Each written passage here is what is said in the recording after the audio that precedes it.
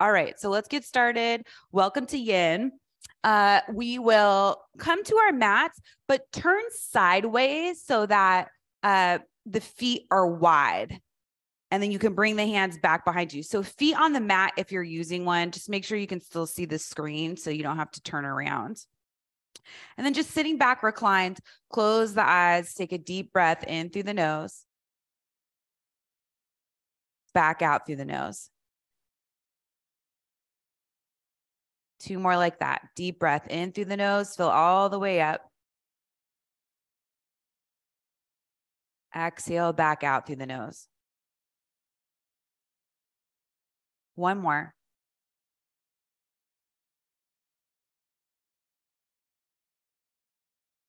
You're in it. Keep going with the breath.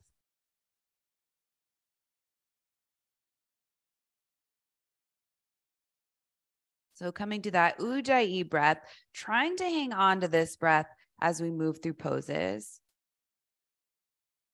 Taking advantage of the slower pace. It's the one thing you really get to do after you're set up in the pose. Focus on the breath.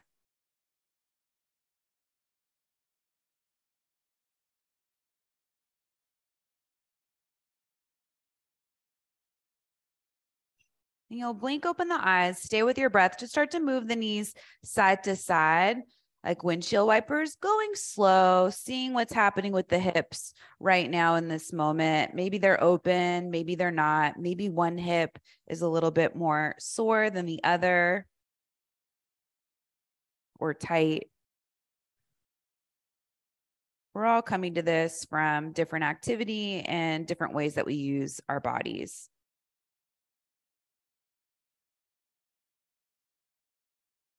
Then you'll come back to center, soles of the feet still on the mat, wide, legs bent. You can stay just like this with the hands back behind you, or you could walk the hands forward, and that changes the hip opening. So if the mat feels far away, blocks are a nice way to bridge that gap. You can put a block or two underneath the hands at whatever height makes the most sense, especially if it just makes it a little bit more comforting. But we'll do this to start to get into the hips. You'll close the eyes. The spine can round in yin, so don't feel like you need a long, straight spine. You want it to be a soft pose. And when you gently find your way into. So staying away from your edge.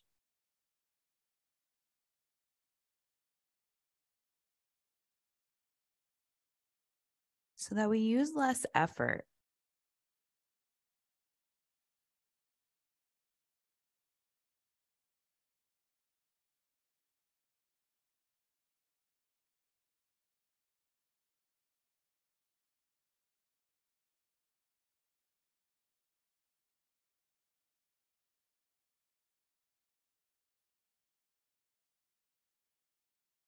So in yin yoga, we hold the poses a little longer, typically anywhere at least 3 minutes, typically 3 to 5 minutes. Sometimes you can go longer.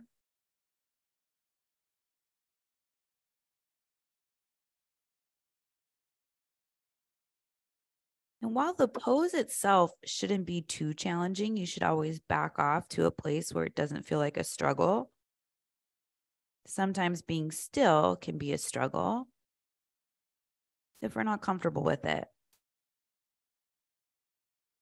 So that's also part of this practice.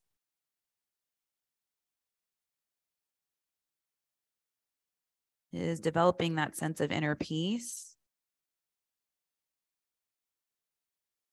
where you can easily be in a place where you're quiet, calm, and at home within yourself.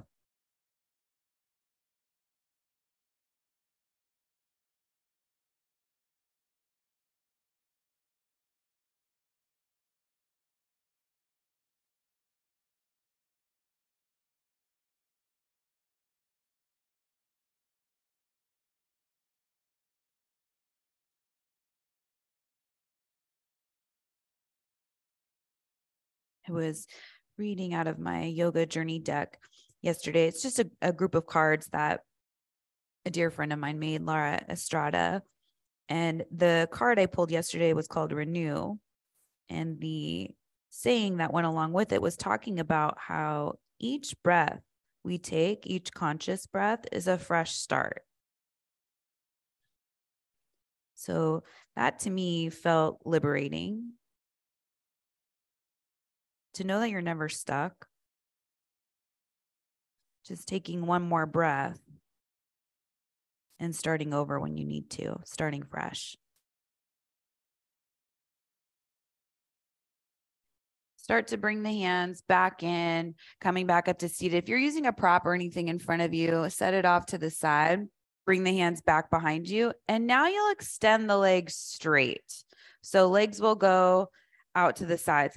You don't need to have the widest leg straddle. So if you feel like, oh, this is as wide as I can go, bring the legs in a little closer. And then you'll turn to face the right leg. So sitting up tall, I'll mirror you. So turning to face the right leg. You could always prop yourself up on a blanket, the hips, or a bolster or a block if you'd like. And for this pose, if you have two blocks, bring two blocks at whatever height on each side of this right leg, just so you have them. You don't have to use them if you don't want to. And you'll start to fold down over this leg. So this pose in particular, go like part of the way in, round the spine, let the head and the neck go. This one I find you can easily go too deep, too fast, and you'll naturally get pulled in just if you get the momentum going in the right direction. You can use the blocks as armrests or a place to rest the hands. And if you feel like the blocks are taking away from the pose and you want to bring the hands or the arms closer to the ground, then skip the blocks. You don't have to use them. You need to listen to your body and see what it needs.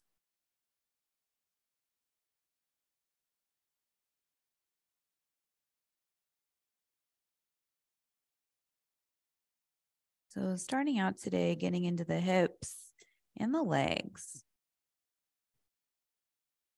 and the back side of the body. So with this forward fold, we're starting to get into the back.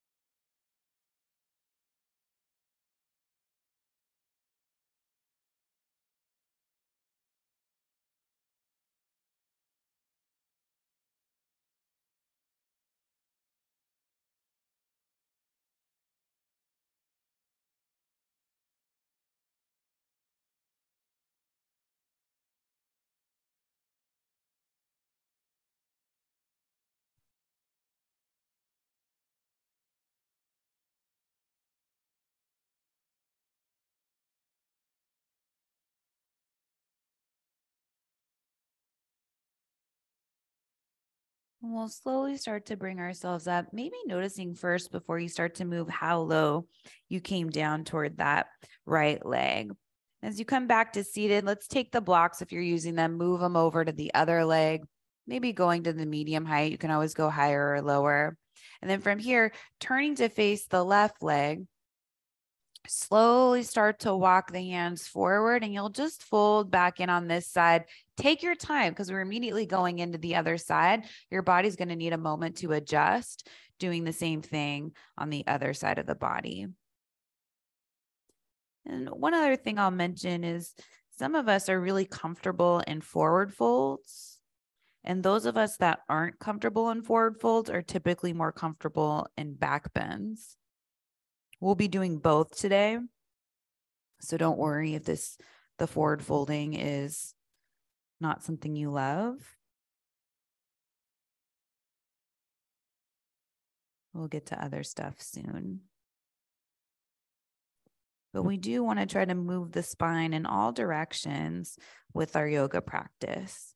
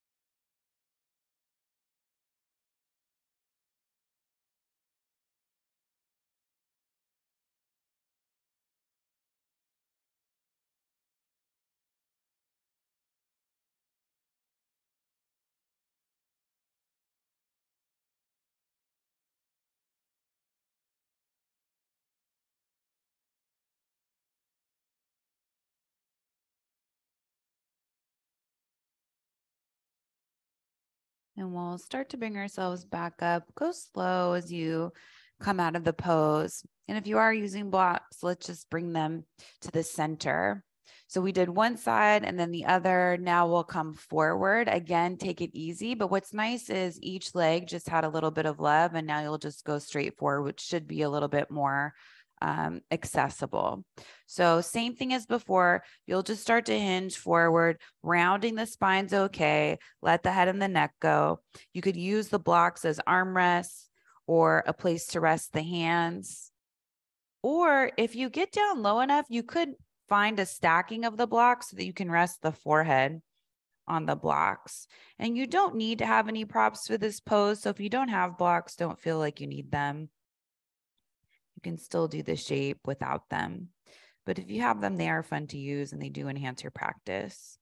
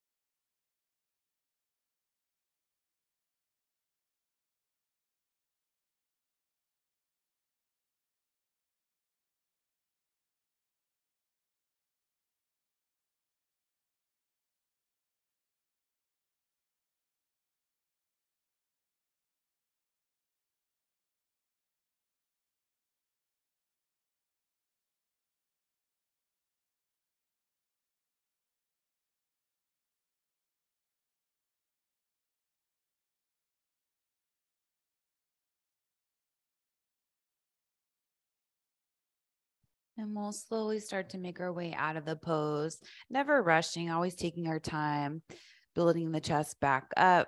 If you have any props in front of you, you'll set them off to the side. And then you'll bring the hands back behind you. So you're leaning back reclined and bring one foot to the mat, then the other. So same thing we did before, feet wide on the mat, and you'll bring the knees side to side like windshield wipers, which should feel good to have this type of movement. We were in that pose for quite a while. And maybe you're feeling difference compared to when we first did windshield wipers before getting into that pose. Okay, so we'll still stay seated, but we'll turn to face forward. So the regular way. So if you're using a mat, just turn to face forward, legs extended out in front of you. And then from here, you'll shift over onto the right hips. You're leaning over to the right. You'll bring this left leg out to the side, and you're trying to get the top of that left foot down on the ground outside of the left hip. So you may need to adjust the hips to get them underneath you. So you're not sitting on the left foot. I see that a lot sometimes when I'm teaching in person. If you're doing this and the left foot's back and everything seems great, but the hips are lifted away from the ground, then use a blanket, anything you have around you to bridge that gap. You want the hips both down. So bolster, blanket, maybe even a block, but the hips should be really high if that's happening. Or if you can't get the leg back, you could try with sitting up on a block. That'll give you a little bit more leverage. And sometimes our knees aren't into this shape. So if that's you, I'll give you another option. You can bring the sole of the left foot inside the right leg. This is a different hip opening, but still a great one. Okay, everyone else, we're sitting upright. You're already in the pose. I already started the timer on this. You can stay just like this. If you feel like there's space to go further, I'll give you a couple of options from here. You could start to walk the hands back, just sitting up onto the hands, staying reclined. And this is only if the shape is easy, you haven't had to use any props, the hips are even and down, resting on something. So stay here. If your hips are easily touching the ground and you don't have any props underneath the hips, and this doesn't feel like a big deal in your body at all, you could come down onto the forearms. That is definitely deeper. And you're still in the same shape. Maybe you stay here. And this is great. I can't do this next one, but maybe you can. Maybe you can get yourself all the way down, lying down flat on the ground, not propped on the forearms. This is my max. I'll stay here. But if that's something that works in your body, go for it. Just make sure it's easy. It's yin. We're not going for the deepest variation of the pose. Close the eyes. Come back to that breath if you've gotten distracted. So we're opening up the hip here, an internal hip rotation on the left hip. We're getting into that left knee. Some of you might be feeling a quad stretch on the left side. And we're also getting into the top of the foot and the ankle on the left foot.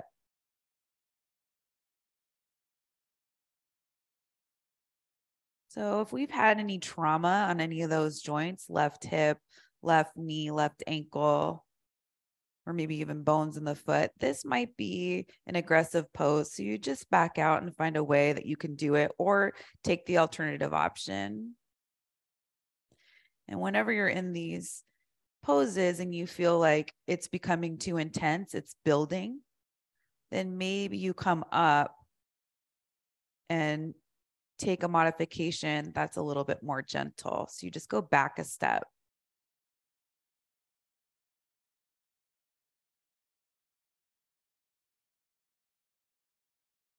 So sometimes we do this pose with both legs back, knees together, feet on the outside, but it's also nice to just do one leg at a time.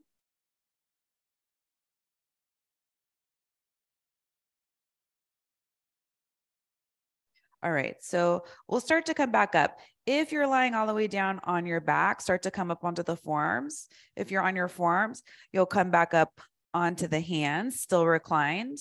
And then we'll start to walk the hands forward so you're back to seated upright.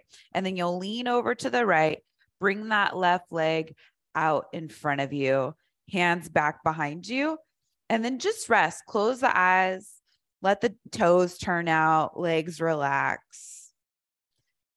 Taking a moment to rebound.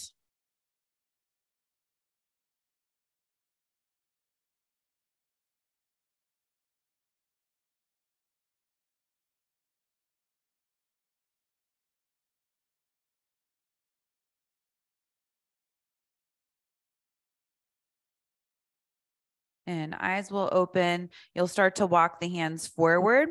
So you're sitting up tall. This time we lean over to the left, bring that right foot back, foot outside of the hip. You might need to sit up a little bit, like lift the hips up and set them back down to get your spine in alignment.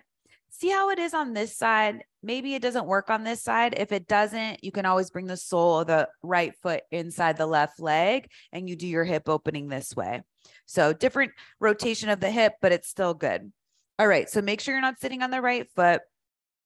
Hands can go back behind you. And if you feel like you need to prop up, fill in any spaces underneath the hips, do that first before you start to come back.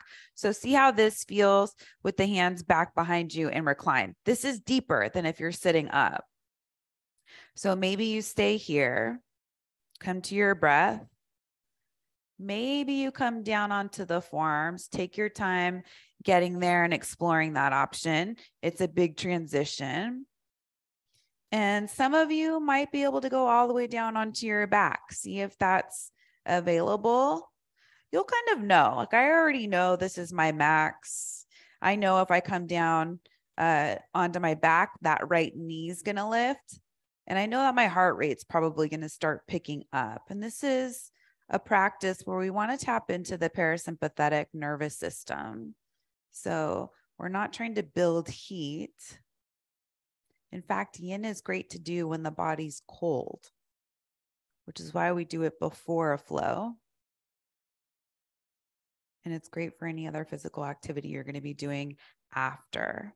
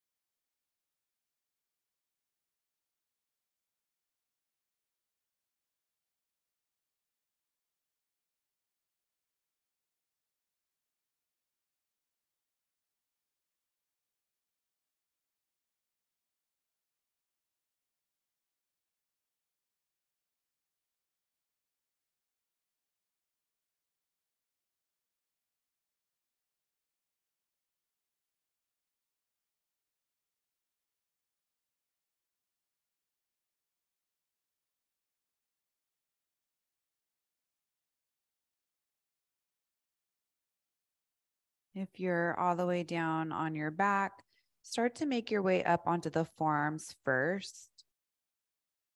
Once you get to the forearms, you'll make your way up to the hands, staying reclined. And then we'll start to walk the hands forward, coming back to seated. and you'll lean over to the left. Bring that right leg forward. Bring the hands back behind you and just let the legs rest. Toes can turn out. Everything relax. Close the eyes. Let the right leg get its circulation back.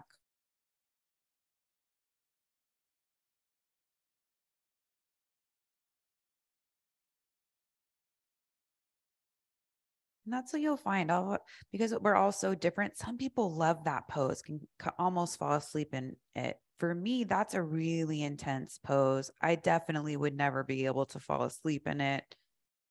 Sometimes I'm thinking about when it's going to be over. All right. So soles of the feet wide, stay reclining. You'll just move the knees side to side to get a little bit of movement back into the hips again before we transition on. So we did a lot of work on the lower body. We'll start to come up the spine and move into our back bends. So let's come forward to hands and knees, tabletop. And we'll do a few rounds of cat-cow breath. So stack the shoulders over the wrists, hips over the knees, just to get some movement in the spine. Inhale, reach the heart forward, lift the tail. On the exhale, round the whole spine, chin in toward the chest. Go at your own pace, inhaling forward and exhaling back, but go slow because we want that breath to be long.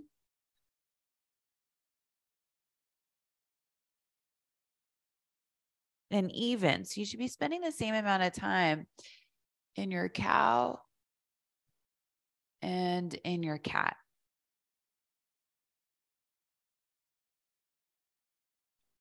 One more cycle, forward and back. Take your time with it.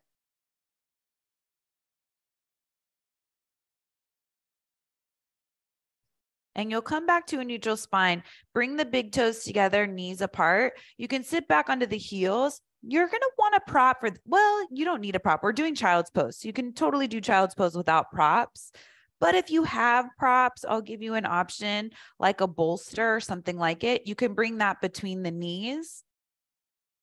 And so we're familiar with this shape, right? Legs are bent, tops of the feet are down on the mat. You'll come forward for child's pose. If you feel like the knees need more space, then you lift the hips up until the knees start to quiet down. And you could take the bolster or a blanket and put it behind the knees so that the hips have something to rest on, and that can be relaxing. You'll turn the head to one direction. I'll let you know when it's time to switch.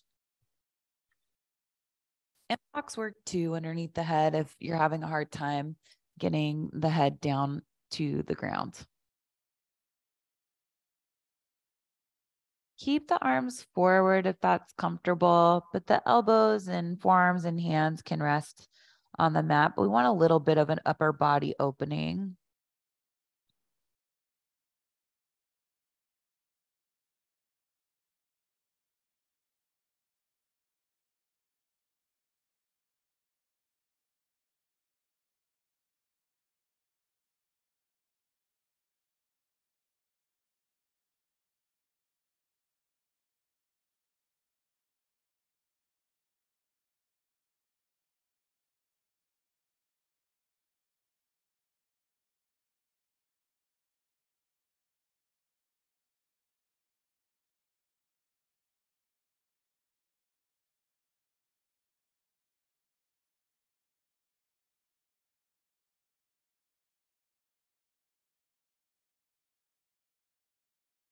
And if you have that turned to one side, lift it, turn it the other way to even out the neck. But if the neck doesn't like going both directions, you don't feel like you have to force it, only if it's relaxing.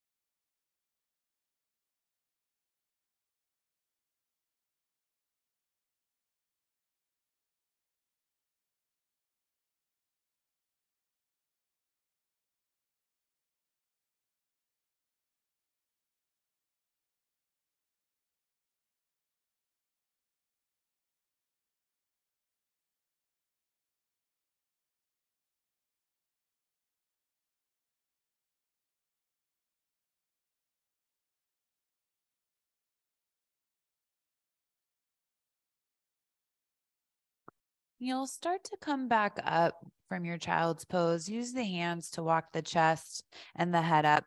Whatever you have in front of you, if you're using a prop, so bolster or blankets, turn it the wide way in front of you. Just make sure there's some mat on the other side. And then you'll come to seated, turning away from the bolster. So the bolster's behind you. And with the bolster behind you, we'll come to lie back, but we're coming into a back bend. So maybe watch me first. You'll come down so that you can rest the tops of the shoulders on the ground. So arms are free. They're above the bolster or the blanket, whatever you're using. Head's flat on the mat. And the chest, the center part of the chest is lifted. Soles of the feet on the mat to start. So start to find your way into this. You don't want the bolster or the blanket on the lower back. You want it more on the upper mid back. So if you find that you went too far forward, play with coming down a little bit on the bolster. Just make sure the arms aren't on the bolster. Close the eyes once you're here. And a couple of options with the feet. So what's nice about having the soles of the feet on the mat and the legs bent is it gives you time to adjust the upper body, make sure that that's set. And this can be a really gentle way to stay in the back bend. You could also extend the legs out in front of you and just rest the heels down on the ground out in front of you. But for some of us, it becomes too intense. So if that's you, then you just walk the feet back in and keep the feet on the ground in front of you. So see which one's better. You're still in a back bend either way. Closing the eyes and letting the prop do all the work. So whatever you have underneath you is lifting and spreading the chest. You don't really have to do anything here, except that Ujjayi breath. In and out through the nose, moving the breath up and down the back of the throat.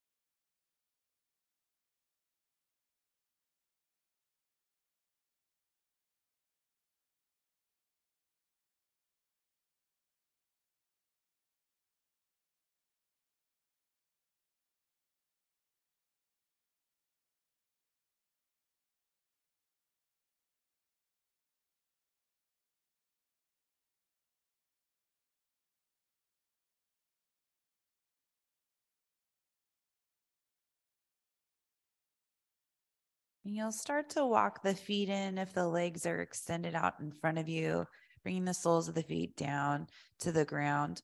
Roll over to your right side and use that left hand to bring yourself up to seated. And then you'll just take this, whatever you have underneath you, set it off to the side out of the way. Side of the mat's always better, so you can grab it again if you need it. So you're already on your right side. Stay there. Just come down so that you're lying flat on your right side, head supported in the hands, head supported in that right hand, left hand just down in front of you on the ground. And from here, you'll straighten the legs back behind you. So you're lying with the legs straight. You can stay just like this, Or you can start to bring the left leg, the left foot forward.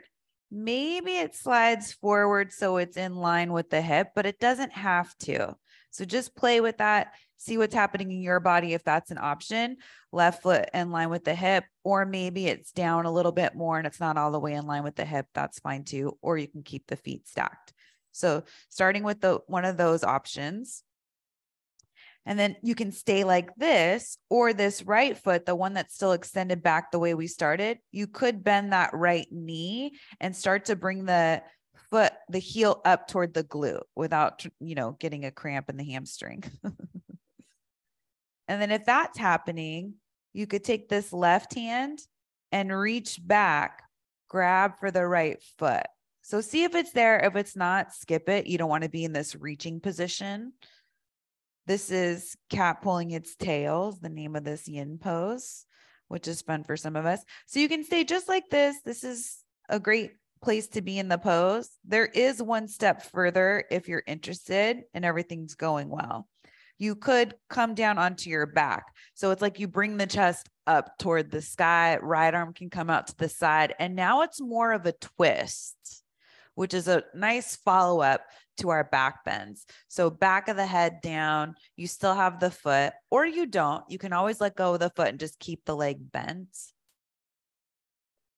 Right shoulders on the mat. Left shoulder, probably not, but for some of you, maybe it is. Don't force it, only if that's easy.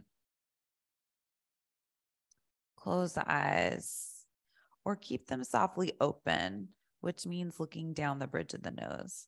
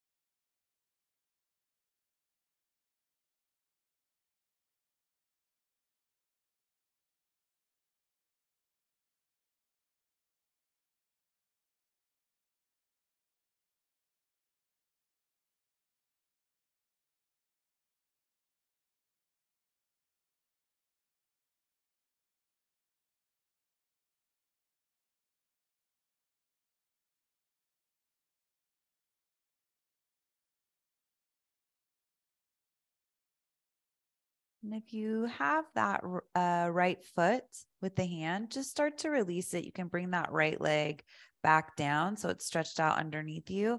Left hand comes forward so it comes down onto the ground. You can prop yourself up with the right hand, propping the head up, and then the left leg goes back and you're back to where we started. And to switch sides, you'll just flip over. So come over onto your left side, lying on your left side, this time with the left hand, keeping the head up. And if you need to move any props, move those out of the way. Right foot, maybe it starts to go forward, keeping both legs straight. Maybe the right foot in line with the hip, if that's working.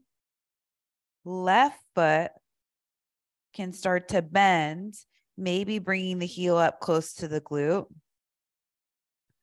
That feels okay. Reach back, see if the foot and the hand connect. If they do, great. If they don't, skip that part. Then you're staying here just to check things out, make sure the body's okay with everything so far. If it is, you can come down onto your back. So left arm reaches forward, you get the left shoulder down, and you find a twist in the spine, resting the head down on the ground, looking down the bridge of the nose or eyes closed.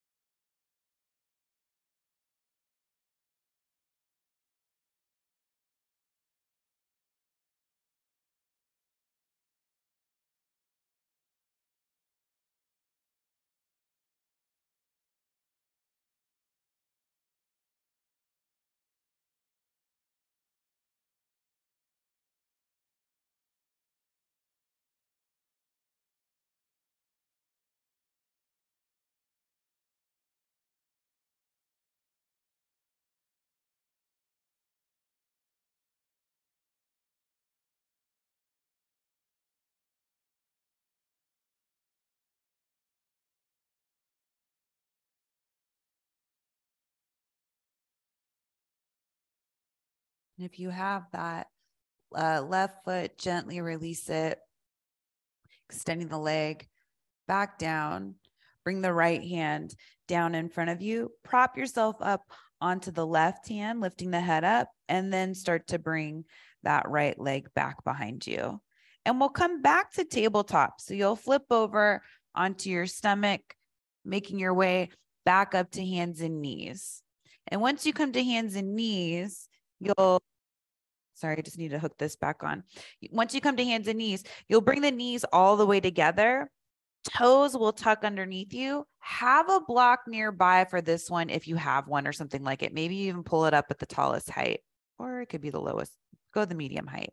So bring the hands up to the block, the medium height if you have it. Then maybe you go tallest height. So you're coming back onto sitting on the feet, right? Toe squat, which can be really intense for some of us that have tight feet, which is pretty much all of us. And then look back if you're coming back any further and make sure the fourth and fifth toe are going straight forward. Maybe you bring the hands to the thighs and you sit all the way up. So the head, hips, heels, toes are all in one line. And now you're putting the maximum amount of weight in your toe squat. If it's too much, you come forward and you just rest the hands down in front of you whenever you need to. Let's do some shoulder opening and then we'll get out of here. So reach the arms forward, palms facing up. Bring the right arm on top of the left arm. You can either grab the shoulder blades like you're trying to pull them apart, or if you're comfortable with eagle arms, you could bring the backs of the forearms together. Maybe the left hand goes inside of the right for the deepest variation. Shoulders away from the ears. Maybe you lift the forearms up, but keep the hands away from the face. They're right over the elbows. Breathe in deeply through the nose. Back out through the nose. And this is only if the chest is upright. It'll give you something else to do. All right, reach the arms forward, left arm on top of right. Maybe you grab the shoulder blades. Maybe the backs of the forearms come together. Maybe right hand inside of the left, just the fingers. Hands right over the elbows. You can lift up if you feel like you need more spreading across the upper back. Just keep the shoulders away from the ears. And stay with your Ujjayi breath.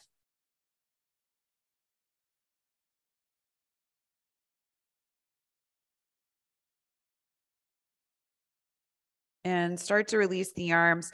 Bring the hands back down to the mat. If you have a block or anything, set that off to the side. Untuck the toes, tops of the feet down, and you can sit back onto the heel. So now you have the feet going the other direction, which we've been playing with this a lot, which is why we're coming into this now. Putting some weight on the feet with the toes back, top of the foot. So hopefully that's working for you. You can stay right here. You're getting a nice opening on the ankles, tops of the feet. If you feel like you want a little bit more, I'll give you an option. It doesn't work for everyone, but it's a deeper stretch for the ankles. So you'll lean forward, you'll bring the hands down to the ground, just outside of the legs, and then reach the heart forward, hug those outer ankles in a little bit. So you're really on the tops of the feet and the heels aren't splaying out. And then maybe you lift the knees, and that definitely stretches the top of the foot and the ankles, which can feel good after a toe squat. If it doesn't, skip it, just come back to kneeling. And that's a really nice way to open up the tops of the feet and the ankles too. And this does take some strength, right, to lift the knees in toward the chest. So if the feet are okay with it, but that part's not happening, then just skip it.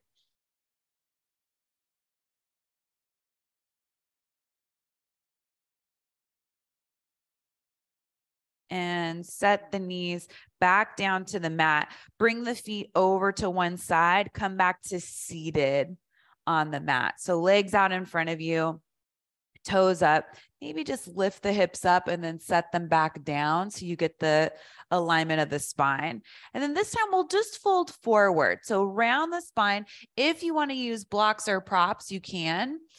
Blocks Might be nice to take the block on the narrow way between the calves, and then you can bring this other one on top of it, start to fold forward, see if you can land the forehead and just rest it on the blocks.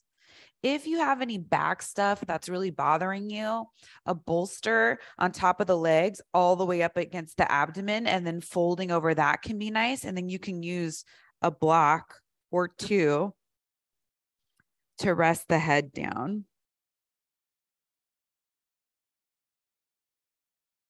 Again, if you don't have props, not a big deal. Just fold forward over the legs. And you're not reaching for anything, so just let the hands rest. You could even turn the palms up.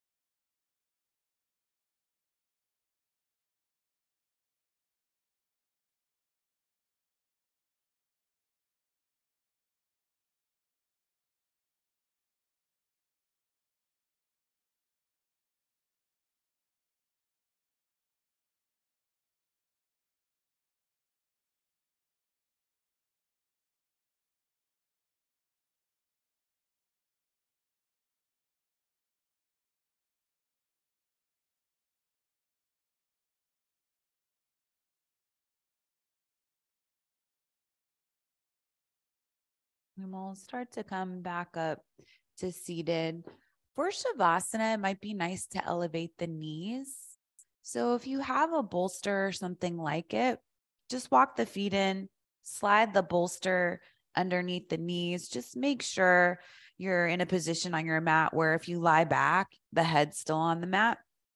So you'll come on down onto your back, knees will be elevated on something underneath them. So bolster, towels, blankets, whatever you have, arms down by the sides. Let the toes turn out. Feet are wider than hip width distance apart, just a little wider, not as wide as you can go. And you'll feel the hips be heavy, the heels be heavy, upper body's heavy, backs of the hands, arms, and the back of the head, all resting and being supported with the earth underneath you.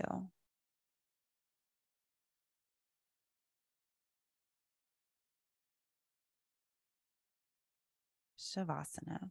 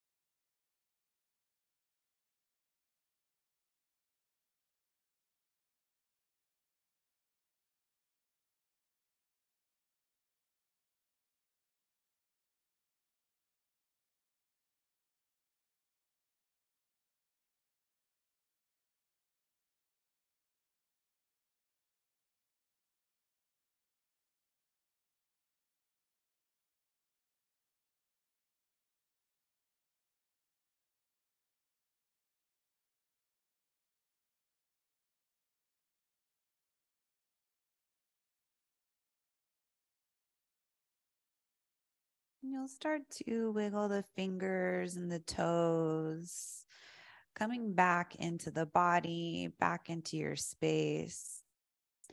Reach the arms overhead, knowing that you got into the connective tissues, joints, ligaments, and opened up the body for your day.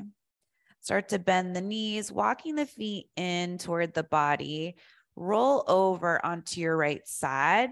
Cradle the head and the arm, just keeping the eyes closed, lying here for a moment. Taking our time transitioning out of Shavasana so we don't just jump right back into the world, but hang on to some of this peace and serenity we created. Using the left hand, bring yourself up to an easy cross-legged seat. You're welcome to sit up on a prop if you'd like, or just flat on the ground.